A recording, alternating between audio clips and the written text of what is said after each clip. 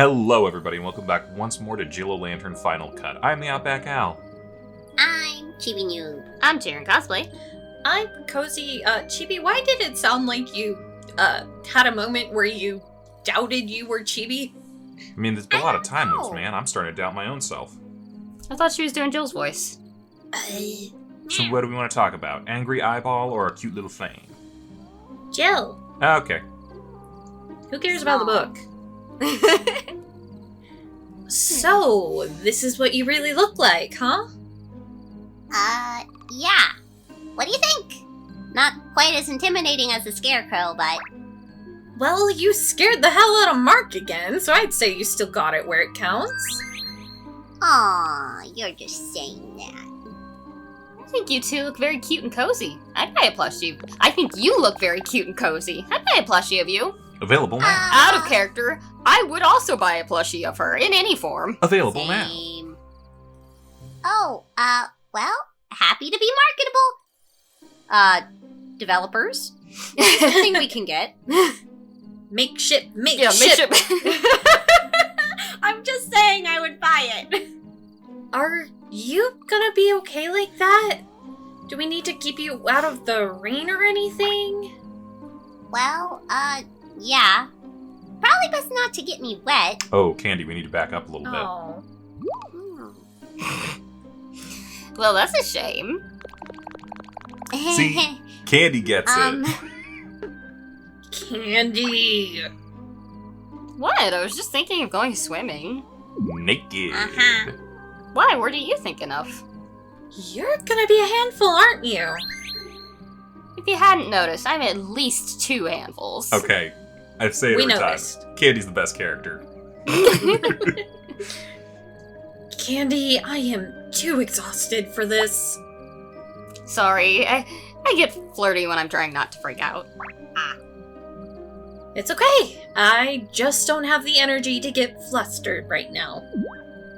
The gay panic is real. Just, I'm a little dead inside. I wonder if the tendency of yours explains your behavior on the 7th sin. Maybe?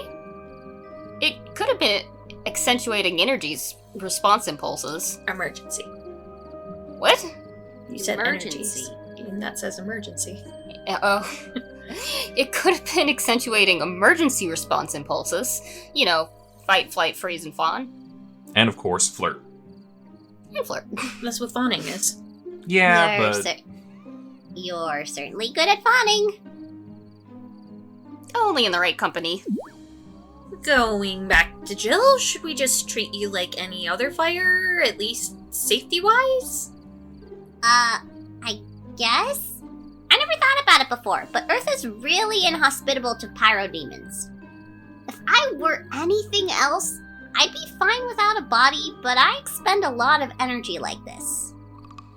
Back home, that's a good thing because it lets me put a lot of power into my spells. But here, I'm as susceptible as any other fire. Although, technically, fire is a chemical reaction, and I am a sentient super cool plasma. Oh, so you're like a baby star. Like Calcifer. Yeah! Hey, I am at least 18 in human years. We will need to see your ID before the threesome. Cool, you're still younger than me. Oi. And me, so I guess that makes you the baby of the group. She did say in human years? Yes. It's like... She's like hundreds of years old. Yeah, it's like one Yep. human year for every millennia. I don't know. Yep. Let's talk about something else. Forget the plot. Let's forget the plot. We don't care about the book. So, what happened when the witch broke the contract? Well, technically, I broke the contract, even though she was the one who came to me. That's bullshit! Yep, but it said I was supposed to stay away from her, and not her stay away from me. Why are we so surprised? Like the entire contract wasn't bullshit. Oh, yeah. Yeah. Anyway, When a construct body breaks due to a broken contract, it automatically creates a portal so the demon isn't stranded without a body like I am. Usually that portal takes the field agent back home, but I did a little tweaking to keep me here instead. You stayed? By choice? I couldn't just leave you. You would have died if I didn't do something. She might die anyway. Oh no. I trusted that you could take care of the witch on your own, so I tweaked the portal to take me into the barrier instead. I may not be able to move very well in the physical world like this, but I could aim a trans-dimensional wormhole at a spell that big in my sleep. It was less than 10 feet away, Jill. Don't make fun of a disability, Vivi. Anyway, the buffer is only designed to hold physical matter. I don't really fall into that category like this, so I can move about inside as I pleased. I knew the spell would kill you if it tried to implement all the backups and safety features it's supposed to. So I did what I do best and started looking for workarounds and shortcuts to save on the energy drain. The spell has safety features? Oh yeah! There's a lot of redundancies built in to make sure reality doesn't get put back together inside out and stuff. And you removed them? If I hadn't, then you and V would have died. Every human I ever cared about would be gone forever. The HPA would shut down completely, and I'd be... Well, let's just say it wouldn't have made much of a difference to me if reality ended at that point. Yay! But it did work. I shut down enough stuff to keep you from completely dying, and Candy handled the rest. Hooray! Me?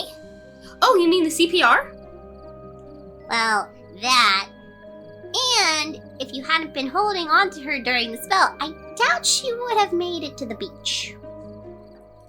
Skin contact and intermingling your electromagnetic fields isn't the most efficient method of energy transfer, but it got the job done. Skin contact, huh? That's probably why you're feeling a little chilly too. You lost a lot of energy keeping V alive during that reset. Well, all she had to do is say the word and I'll happily share some more. Maybe after we're done. One of us needs to not be on the verge of collapse right now. So I'm hearing a maybe. Fair enough. Something more to look forward to. Just this all about Jill. Jill, what safety features did you turn off exactly?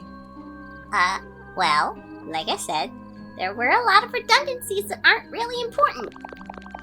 But that wasn't nearly enough, so I had to subvert some of the more critical ones as well, and... Just spit it out.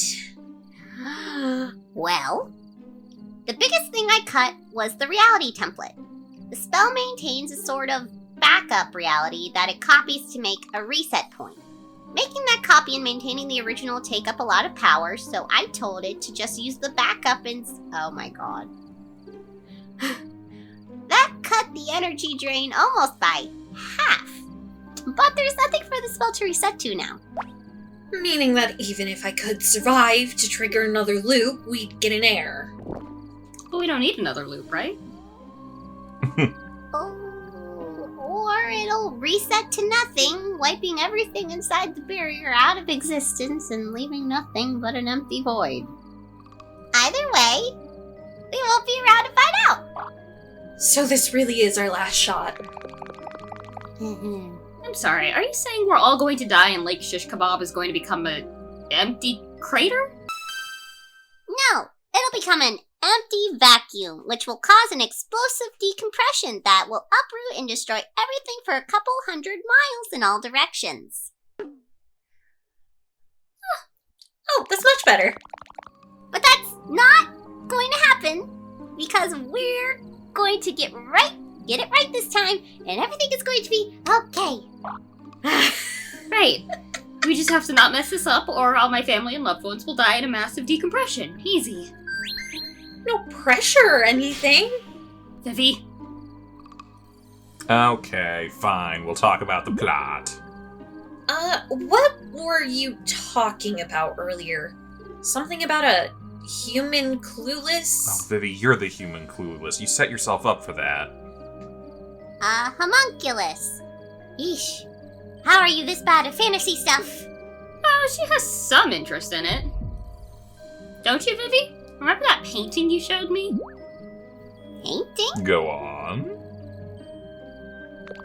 Draw me like one of your French girls? So what is a homo clueless? Still you. Think of it as an AI assistant for magical objects. Okay? Some gifts require more logic and creative thinking to work properly, like granting a wish or interpreting an intent. So the demon creates a homunculus to manage anything more complicated than swinging a sword or saying an activation phrase. Like, open sesame? Exactly. But if you wanted to do something more complicated, like, say, make some vines grow out of nothing and grab somebody, you need something to handle spawning the vines, how much they need to grow, how much strength to use, how to bend without snapping, etc., etc., etc. You get it. So what's the link to humans? You said if it wasn't a homunculus, then... If it was a homunculus, then human psychology would apply or something? Well, most demons are kinda lazy. They use human brainwaves as a base for the homunculus, usually taken from the human they're going to give the gift to for better compatibility. Wait, are you saying there's a human mind trapped in that book? That's not what That's she her doc- said. It's a copy of a human mind trapped in that book. Well, no. Well, not exactly anyway. The homunculus is a heavily modified copy of a human mind. There are no memories or personality, it's just instinct or intellect with a bunch of behavioral restrictions. I don't know, that thing seems to have an awful lot of personality to me. It kept glaring at me, and it even tried to kill me when I offered to cast a spell. Makes sense considering what kind of humans it's been around. So how did it wake up? Or break its programming or whatever it did? A homunculus starts to show awareness when it encounters some kind of paradox and is forced to make a decision regarding priority. Sounds like a machine.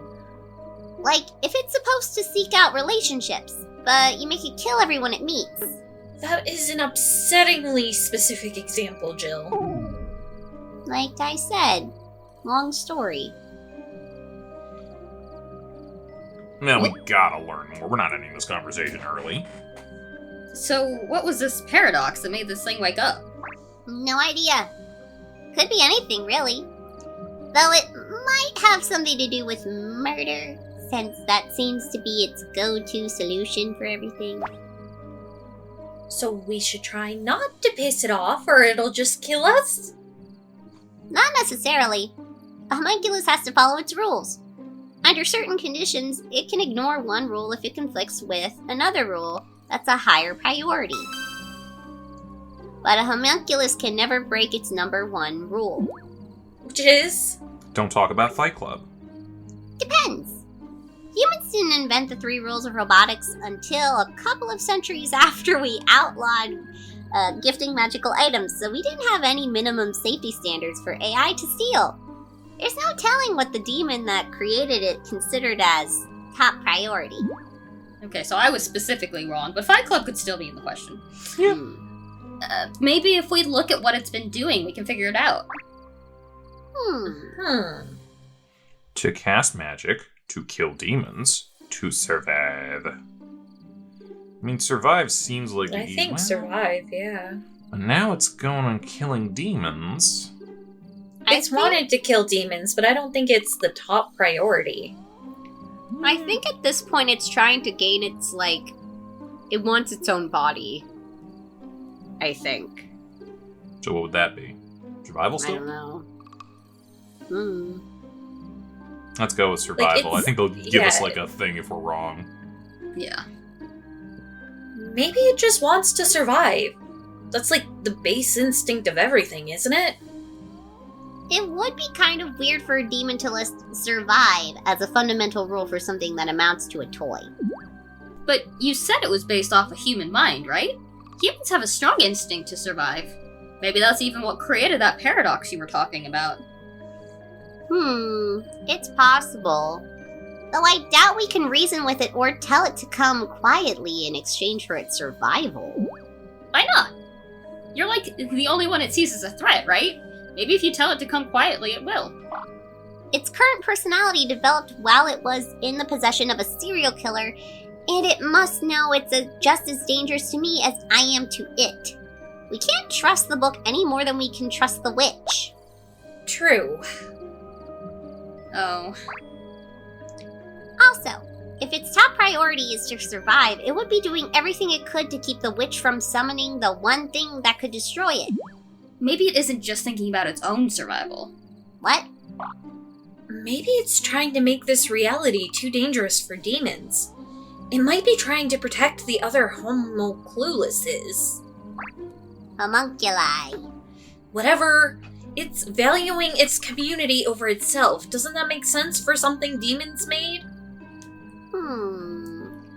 I'd support that theory if it was a human or a demon, or some kind of social homunculi, but I'm very confident this book is a solo operator. What makes you say that? Well, first, while it can be used by multiple people at a time, its physical body is a book.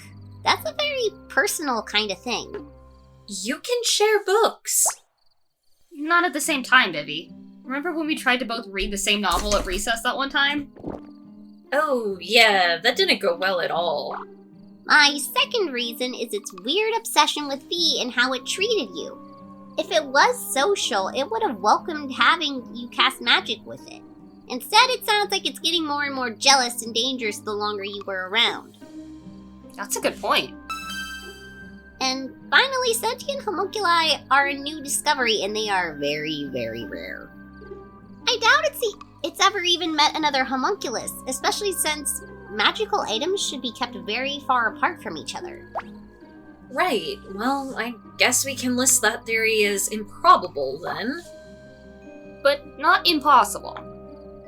So then I guess it wants to kill demons? Wrong again! Woo! I think it just really wants to kill you. All demons, I mean.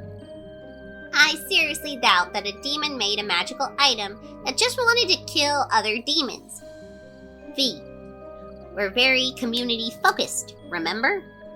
The one time a demon was even attacked, it rocked our whole society so hard we nearly bailed on an entire reality just to protect ourselves. Maybe it was made by a really psycho demon. That, I'm pretty sure I would have heard if that had ever been a thing. And I haven't. Well, have you ever heard of a homunculus wanting to kill a demon before tonight? Well, I know at least one that might try if given the chance. Not that I can blame her. Jill, are you okay? I very much doubt any demon intentionally created a homunculus to kill other demons. Besides, if it was made to kill us, it would probably have a spell that could kill me on sight instead of needing me to commit a murder first. Okay, you got me there. Fine. It just wants to cast spells. When we asked it what it wanted back in the cabin, it started showing us spells. Maybe it just wants someone to use it? It makes sense as a top priority. Making the book want to be used would ensure you get as much entertainment as possible out of it. It also tracks with the whispering in my head and with the witch's rapid aging from overuse of magic. Why argue with someone over not mowing their own lawn when a little voice in your head says you can just make their whole yard wither away? Or why argue with them at all when you can just kill them and never get caught? Sounds logical for something with no consciousness. And considering the family that got a hold of it, I think you're right on the money. There's one little problem with your theory, though. Me. Candy's right. It wouldn't let them cast a spell. It seemed it wanted you specifically. It even had a picture of you doing magic. Wait, what? The pictures in the book changed, so the person doing the magic in the illustrations looked kind of like me. Vivi, it was definitely you. Weird. Perhaps it's some kind of criteria on who would make a good witch for it. I mean, you do speak Old German. Yes. So it wants someone to do magic, but only certain people. Only people who speak Old German. Yes, we just said that. Everybody should have standards. And there's one important thing that sets you apart from me and everyone else here. That ass. Autism. The autism, yeah. The autism? She's a virgin? She can read German. Oh. Apart from the witch, you're probably the only one who can read that book for a couple dozen miles. Thank you, Grandma Finala. It makes sense. If your top requirement is for someone to read a book, you need someone who knows the language. But what about Pumpkin Hater? I mean, she's not dumb enough to try going after a book she can't even read, right? Joy's top priority is revenge. She was taking some German classes, although she refused to let me help her when she was failing. Ah. She kept insisting that teachers were wrong. Why am I not surprised? But Joy's never gotten the book before, as she did. There's a chance the book might pick her because she has a basic grasp of the language and is already completely delusional, making her an easy target to control with a glamour. Which would be bad. Well, it wouldn't be good for her. Though it would give us a nice excuse. Anyway. Yeah. Yeah. Candy. Huh? Oh, hey, Fluffy. I just wanted to let you know that Mark woke up while we were getting ready to go. Do you need me to put him back to sleep? No, we've got it under control. But I wanted to let you know that the moment he regained consciousness, he started confessing to everything. Names, dates, addresses, everything. He kept saying he'd sign anything and tell us whatever we wanted, so long as we kept the fire monster away. After we got everything out of him, Helen lit a match and he went into shock and passed out again. Wow. Well, that's handy. A bunch of us got it all on video, including Becky. Her uncle works with the FBI, so she's going to email it to him as soon as we're out of the dead zone. That's awesome, Fluffy. You should tell everyone to upload their copies to ViewTube, too. That way there's no chance of him getting away. Just make sure to set the videos as private. We don't want whoever else Mark has implicated to get a heads up before the FBI can arrest them. Good point. I'll be sure to pass that along. Mm. Well, I guess I better get going. Glad you found your friend, Candy. And, thanks, you two, for saving us, or whatever you did. Oh, no problem at all. And I deeply apologize for any inconvenience. What the? Right. Well, bye. You okay there, Jill? That was a furry! Yes. Like, a real live furry! It's just a person in a suit, Jill. Yeah, a fursuit! I think they were a wolf or something? I believe they're actually a hyena, with pride symbols for spots. Jill, what has gotten into you? You're acting like we just avoided certain death again. Of course! I mean, they're pretty benevolent most of the time, but furries are the most powerful things in the universe. We know. I had no idea there were actual furries out here. I didn't see them in any of the other loops. Do you think they can transcend time? I think they just left the party early to help with the event setup. Okay, something is definitely getting lost in translation here. How are furries scarier than demons? You guys alter reality on a whim. Does Jill mean Furies? Well, I don't know. look, one of the other students in my human behaviors class had internet privileges, so they thought it would be funny to troll a furry website and write a report about it. They got banned from the site, of course, but they kept making new accounts to keep trolling them. They thought they were untouchable and it was just funny. Until my professor, the director of the school, and the entire HPA got an anonymous email. It had a bunch of screenshots of what the student had been posting under all their burner accounts. Plus the student's actual name and a bunch of other personal information, even a photo of their demon form. The email asked my professor to kindly address the student's behavior, as the center did not wish for this to become an escalated incident. Wait, I thought your school was in hell, or your home dimension, or whatever. It is! That's what I'm trying to tell you! Furries can reach out through dimensions to dox an idiot to the head of the HPA herself. They know everything, and they're the most powerful tech users in any reality.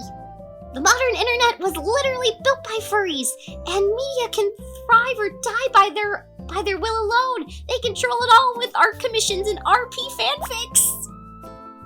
Hell, the Illuminati is probably just the world's most exclusive furry convention. And the Juggalos control the financial markets. Wow. I feel like you have to be exaggerating most of that. Besides, not every furry is a tech wizard.